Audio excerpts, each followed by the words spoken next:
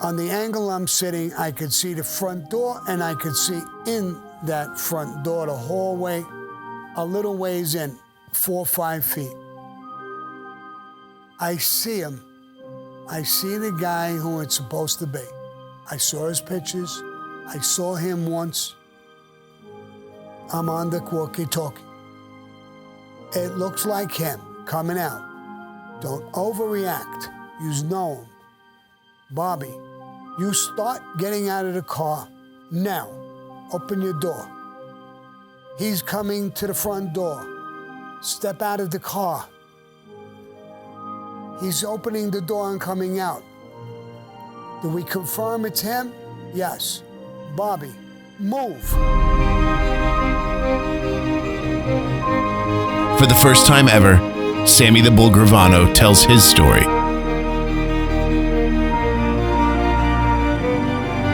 This is our thing.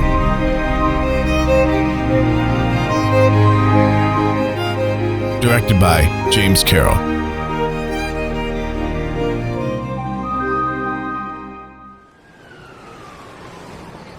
Bobby moves 2, 3, 4 quick steps. The guy sees him, tries to throw his hand up and fight. Bobby hits him.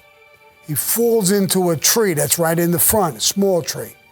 His arm gets stuck in the tree and he's dangling. Bobby hits him another couple of times. Bobby turns around, gets in the car. We go. Contract complete. Revenge is done for the Zips. I get back. Everybody go home. Clean up. It's over. Done. Clean up. I go into John that day. I had to go. Let's take a walk. We take a walk. It's done. Are you going to go back for the kids? John, no. They were with their father. Their father was in a fight. These kids ain't killers. They're not. They're working in a fucking beauty parlor. We're going to go back and kill fucking beauticians now? They got the message loud and clear. He's the one who had to fight. He's the one who hit him with a hammer or whatever he hit him with. The kids got involved. They protected their dad, whatever the fuck they were doing. No. No. And I'm telling you now, if we go back and you put a crew there now going again, they may be on guard. They're going to know this is the guy, and the family knows. Everybody knows what the fuck happened. The cops may know. The cops may want to protect the kids. We're going to walk right into a fucking bad situation. Leave them alone. And if they don't like the idea that these kids, or they know something special, Johnny Gabino and them, then tell them to do whatever the fuck they want. But this is crazy, bro. I'm in the middle of the fucking street with a fucking gun. I'm there on a walkie-talkie, literally doing this thing step by step. How was Bobby? Bobby was good. Everything I told him, open the door, you open the door. I told him to step out, he stepped out. I told him move, he moved. He shot him. The guy fell on a tree, tried to fight back. He hit him again and again, turned around, got in the car. It was perfect. Bobby became a captain right after that, on my word. And John took the hit off of the kids. For us, anyway. He told the Gambinos, Johnny Gambino and them, if you feel you want to go further, that's on you. Has nothing to do, you're not getting no help from us. So that's the Oliveri hit and what happened, who got killed, who didn't get killed. That's the story of that.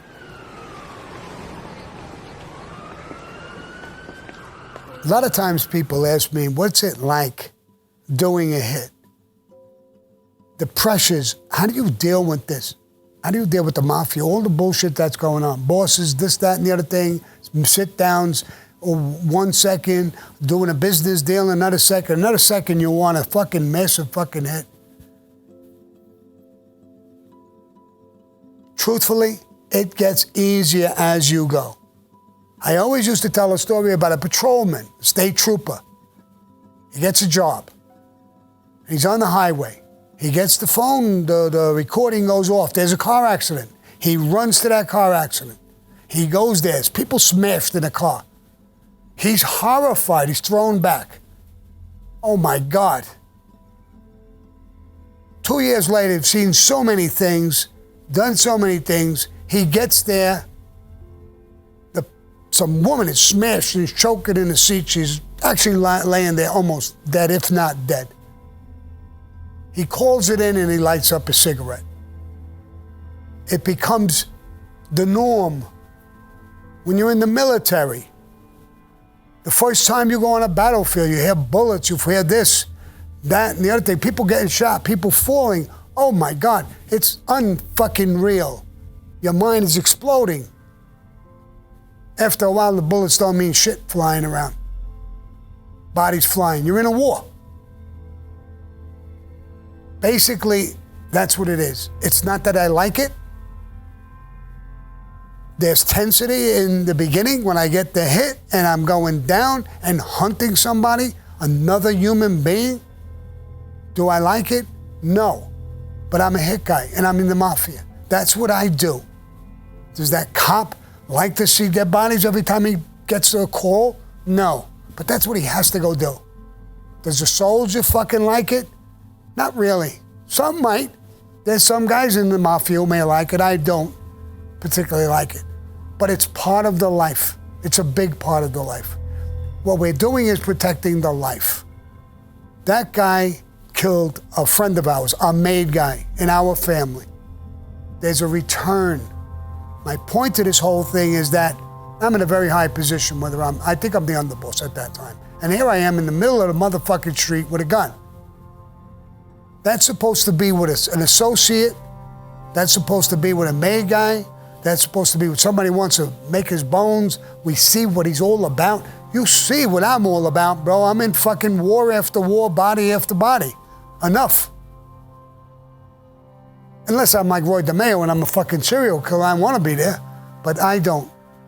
And I know a lot of guys don't. But that's part of the life. And the intensity of it, a lot of these things are scars. I don't know those kids I saved. I'm dealing with reality and I'm doing the best I can with the situation. Now, John forced it and said, no, I don't want to hear that shit from you. I'm telling you to go whack them. I would have whacked them too. Should they have been whacked? No. And I'm glad he realized that the no was a good answer. And like Gene Gotti said once, you're the only guy he listens to a little bit. Those guys should kiss my ass. They don't have no idea how lucky they are that it was me. Another guy who wanted to impress him, I wasn't looking to impress nobody. When Big Louie complained to me, he said, you're not supposed to be on the fucking street. You're in a big position now. I mean, let him pick guys who got to make their bones or whatever. I said, Louie, I hate it. But you want to know the truth? Here's the truth. I'm fucking good at it. They were on a walkie-talkie. There's people coming out of the building. I held it there. They would have left.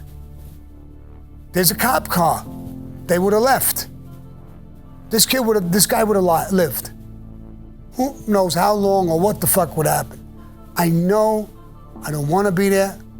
I know if I wasn't there, that hit wouldn't have been done. That day, maybe. I know maybe not never, but it wouldn't have been done. That's why he's pushing me there. When he barks, he wants someone bit. He wants to show all them fucking greaseballs. He went to that wake, and when he took control, it's done. That's why he's ordering me. He knows it'll get fucking done. I didn't back up with all them neighbors coming out. I had no intention of hurting them, so why should I back up? I had no intention of hurting those cops, so why should I pull away or back up or do something stupid? That's why I'm there, Louie. That's why. Half of these times, what do I got to do with that? You know it and I know it. What do I got to do with it? I got fucking nothing to do with it. But I understand what he's thinking. I understand it. And I understand when they get to be a boss or whatever it is, I hope I never get in that position, but where I got to say, well, I'm going to do things. I want to be able to sympathize with the guys who are getting those orders and being in the fucking street. This is why, after a while, my popularity annoyed the fuck out of him. What was my popularity? Was I handsome? Was I big money maker? I might have been a little bit of both of those things, but what it was that bothered him is those fucking people on that hit. This is what they said. Oh my God, this guy's the fucking underboss. He ain't sitting in Toad Hill some fucking where giving an order.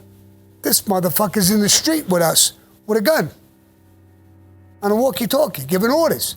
If it goes south in his direction, this guy's gonna blow you away. And when I walked to that fucking club, those particular people who were there, I mean, they did it for him too. I'm not saying I outshined them or anything like that, but they got the fuck up. Hey, Sammy, not because I'm the underboss, because they love me out of respect that I was a fucking guy in the street with them with a gun. Not just telling them, go kill him. That's easy to tell somebody, go kill him. But I was there. It backfired on him. And seeing that reaction that I got bothered the shit out of him. And later on, he tries to get rid of me because I'm too popular. You put me on all these hits. I didn't want to be on these hits. And when you did that, you made my reputation go to the fucking moon. I don't mean the whole world knew, not that reputation. Those people on the street with me, they knew. They knew. They would come to the door, open the fuck, hey, Sabi, come on, open the door. Boom, let me in. They didn't do that for glory or bullshit. He did that because they respected what the fuck I was doing with them. Gotti's wife, I really didn't know her well. I went to John Jr.'s wedding. Me and my wife sat at their table with John and his wife and, the main table at the wedding. So I really didn't know her well. I know John had a lot of trouble with her. I know when they lost their kid, she kind of lost her mind a little bit. John would tell me that she was driving him insane. Then John came to me and asked me if I could remodel his kitchen in his house. His wife wasn't happy with the kitchen. And I said, sure, I could take care of it.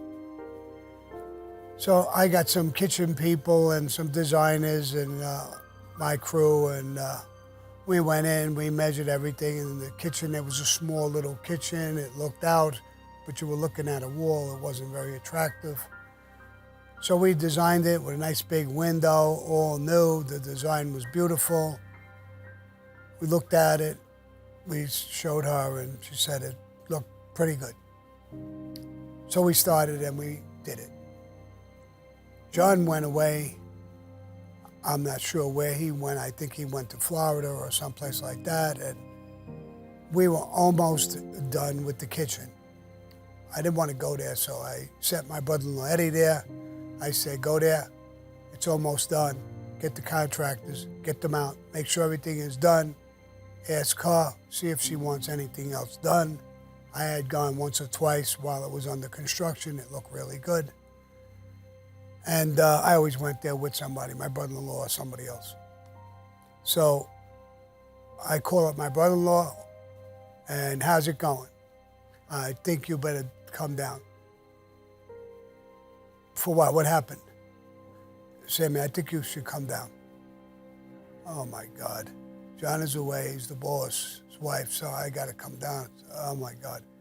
So anyway, I get my car and I shoot down there and I go in and Eddie's standing there. He's a dark-skinned guy. My brother-in-law, he's white as a fucking T-shirt. And I see her. She's on her hands and knees on the floor, sanding the floors in the other part of the house. So I says, is everything okay? Are you okay? Oh, yeah. I says, is the kitchen okay? Because that's all I'm really responsible for, is redoing the kitchen. And I go in there and it looks beautiful. Really, really, it was a good job. And she comes in and she's almost literally in tears. So I said, "Are you okay? I mean, is it the kitchen? Is there something you don't like? I mean, whatever it is, I'll rip it out and we'll redo it. Don't worry about it. Whatever you want. Something's, a window screwed up or something. No, Sammy, you don't understand." "I don't understand what?" "I lost a son." I said, "No, I know that. And I sympathize with that. And I can never be happy." "Oh. So getting back to the kitchen's okay?" "I just told you, I can never be happy." "Okay. So, I don't even know what to say, actually. Now I'm realizing that she's a little more crazy than John explained. I mean, I don't even know what to say or how to, I know listen, it is hard for someone to lose a family member. I get it. But it was a couple of years ago and we're doing the kitchen. I don't know how I'm in the middle of this conversation. I don't want to be in the middle of the conversation. I sympathize with her, but I don't know what to do, really. So it all boils down to, I tell her, I said, "Listen, I'm going to go. The guys are finished up today. We're taking there some drop cloths or something. Somebody's going to come and pick them up. If it's anything with the kitchen, let me know. If it's not good or it's not all right, and I'll take care of it." So I'm going out the door and Eddie's right in front of me. She says, "I don't know why you don't understand that I can never be happy again." Now, if you're talking about losing a family member, I understand that. I really do. And I sympathize. I don't know how much to say, I'm sorry for your loss and stuff like that, but I'm really here to just finish up the kitchen, and I just wanted to get that answer. So I don't want you to be happy with the kitchen or be happy or whatever you want to be. And I left. When I got in the car, I said, "Wow, this is crazy." I mean, and she's on the floor sanding. So now I understood what John basically was going through. And, but I really never knew her personally. I know she did some artwork and she put it in a Greek diner or something, hung it on the wall that was for sale. And I don't think the guy in the Greek diner was too happy about it, but whatever it was, it was. So I sympathized with John a little bit. I understood a little bit more that, he's living with something that's, I don't know even how to explain it. When somebody gets into that frame of mind, thank God. I mean, I don't know that. Personally, I've lost family members. I lost my mother, I lost my father. But life goes on and you just got to do certain things. And, I don't want to really talk about it too much, but so I really never really got close to her or knew her well, other than those experiences. I knew the story. I knew the kid had a mini bike or something like that. My son had a mini bike as well. So he had a mini bike. They had a country place. I guess they took it away from him and put it in the garage. The kid took it out of the garage, was riding in the street at night. One of the neighbors came home and it was a car accident, and the car hit the kid and the kid was killed. So there was really, a horrible thing. And I understood that the guy went to the house to give him condolences and apologize. I mean, it was an accident. This guy didn't want to do that. And she hit him with a baseball bat and was screaming and yelling, and John grabbed her, and there was a whole incident about it. And then, a short time after that, John went away to Florida with her. I think, and the guy disappeared. He was obviously killed. I thought that was a tremendous mistake. I talked to John only once about that, and I told him, bro, it was an accident. People will hate you for these things. But that's what he told me. My wife is driving me crazy. And I could understand. I mean, these things are very emotional. People go through, these things are horrible, so it's even hard to explain. I mean, but, so it all started with all of that, and it went into this, me doing the kitchen and seeing what was going on, and even in a movie, he did a movie. I think it was the first Gotti movie.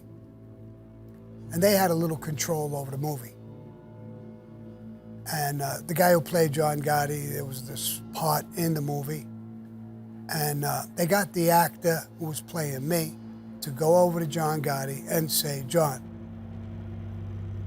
this thing with your son and the neighbor, you want me to take care of this? And John in the movie tells him, no, it was a car accident. And then I go out, even though he tells me no, and I go kill the neighbor. So he must have, when he had the opportunity to try to dump this thing on me, that I killed the guy,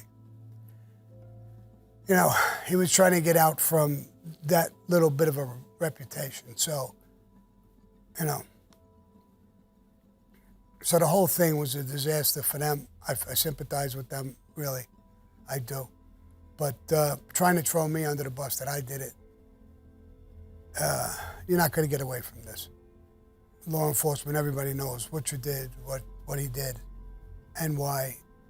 And I think it was more, I think John would have maybe accepted this in a way, but I think she was on his back so bad about this. She's, oh, you're a tough guy, you're going to let this go, he killed our son. And I think John made a tremendous mistake, more than that he's a vicious guy and did all that. And I just think that he lost it at one point and made a horrible mistake.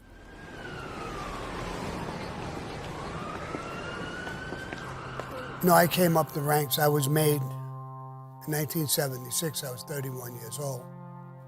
I became an acting captain a year after that. And I'm dealing with people's issues and problems, and I'm sitting down with Tato, of course, always. And then I became a full-blown captain after the Castellano hit. Sometime after that, I became the consigliere of the family. I told you before that it's a person who really understands Cosa Nostra and sits down with people all over the place solving problems and gets all the rules and regulations of Cosa Nostra in his head. Then I became the underboss. It became really hard to sit down with me for other people, you know, the families, because of my understanding of Cosa Nostra and how many sit-downs and stuff I had. I became very, very efficient at it. I'm going to give you an example.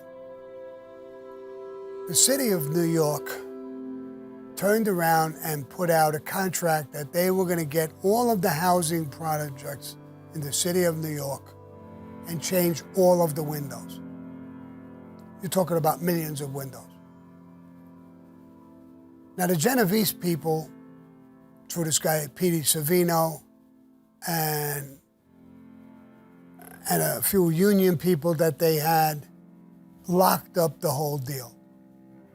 The city gave the contract to them, and they doled it out to people and whatever.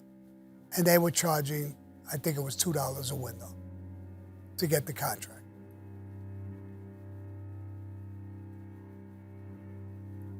John Gotti tells me Peter Gotti has a guy, a contractor, who does windows, and he can't get a bid. They shut him out.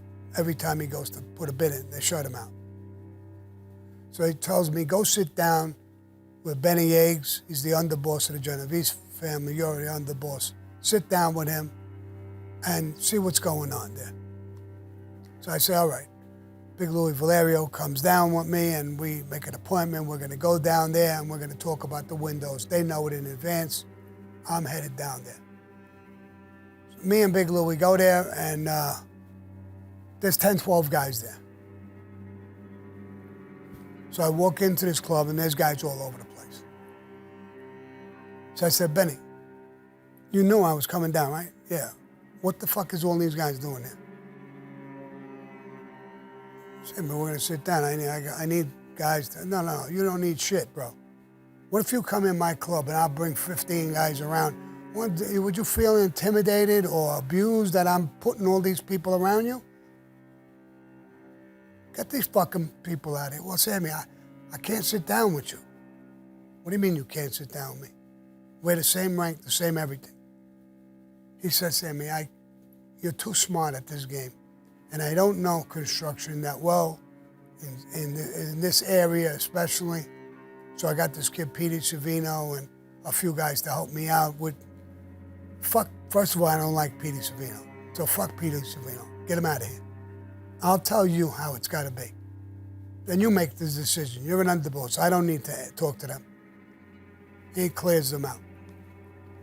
So I sit down with him and I said, bro, you have the window gig, that's good. You control the union, you control the association, and you control the contracts that are coming out. That's good, you got a great day. And they're giving you $2 a piece. Peter Gotti is a captain now. He's John Gotti's brother. And he has a guy who's a contractor and he wants to do windows. But you guys stop him. Well, we got our own people who are giving us kickbacks. Give him contracts and he'll give you a kickback too. It's yours. We don't have a problem. We'll tell the guy, you got to pay $2 a window and you're going to get a contract. He'll be happy. I'm not looking to stop you from earning. But what I am doing, I will tell you this. Because you control those unions and associations, if you stop this, bro, I control a lot of fucking unions in the city. You know that, right? Yeah, of course, Sammy. Well, there's a lot of places that your people are going to get stopped. And what do you want me to tell you? That's ours? That's ours. That's why you're supposed to get it. This is our guy. We're supposed to get it. I'm not saying he's not supposed to pay just because he's with us. And it's his brother. Oh, I didn't know it was going to be like that. I didn't know you were going to do that. Well, I don't know what you think. He says, Sammy, it's just, your reputation is that they can't beat you in a sit-down. They don't have to try to beat me. It's about Cosa Nostra. It's about being fair with one another. We're brothers. We work things out. It's not who's smarter. And this fucking kid, Petey Savino, that you got running around with you, this guy's no good, bro. What do you mean he's no good? Him and Jerry Papa killed Shorty Spiro.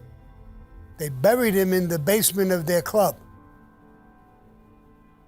Later, another one, a third one of that group, gets pinched and rats and talks about the murder. The feds go to the basement of that club, break up the concrete, and dig up Shorty Spiro. Papa's dead already. The other guy, the third guy, is cooperating. And Petey Savino, how's he not pinched, bro? Tell me how he's not pinched. Gas Pipe mentioned something about him too. Here's how I feel about Petey Savino. If you think there's something wrong, send him to me for a meeting. You'll never see him again. I can't do that, Sammy. Chin loves this fucking kid. He loves him. Tell him what I said. Tell him the story I said. Grab this kid, Petey. How does he not get arrested? It's his fucking club. Him and Jerry Papa and this third guy killed Shorty and put him in the grave. And they found him on the third guy. And that's Petey's partner. I forgot the kid's name.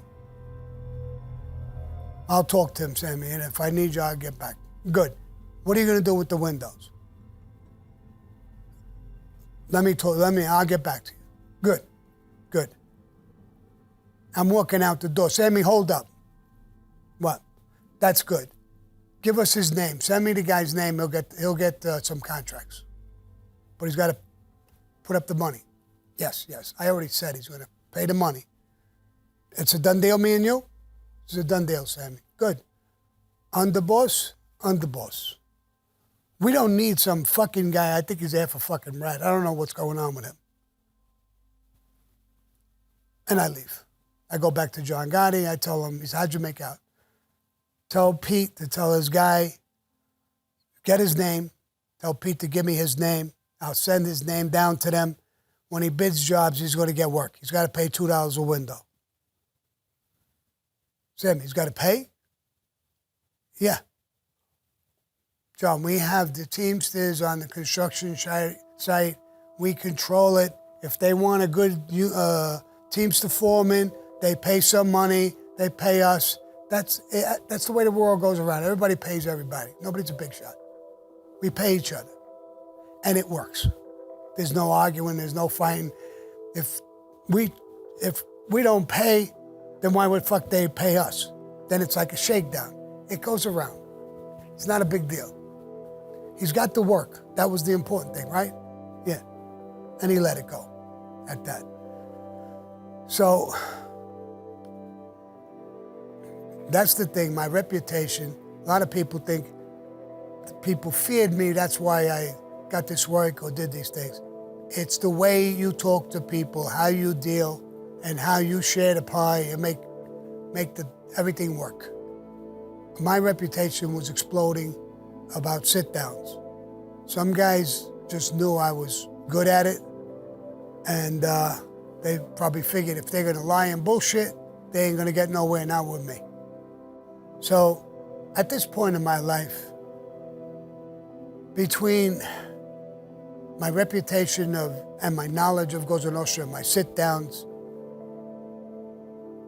I guess the violence, I was on another level. I'm the underboss. I'm hard to sit down with. I'm a little dangerous, if you want to say that. I'm on a whole nother level. When I go to meetings or I go to sit-downs, I'm on a whole nother level. When I was with the Colombos, I was with the Gallo Profaci War. I was in it as a kid, as a pup, as an associate. Later on, I'm in Philadelphia, in New Jersey, fighting against Johnny Keys, one of the biggest hits that ever took place. That's me. Frankie DeChico picked me to plan and be part of the Castellano hit, another one of the hits that is infamous. So at that time, I'm walking around with that kind of a label. I'm not pushing it, I'm not bragging, I'm not doing anything like that, but my reputation is now out there that people see me, it's I don't know. They're looking at me like I would look at Lucky Luciano and Al Capone and all these things. I'm almost a legend in my own time, in my neighborhood at least, and a good part of the city now.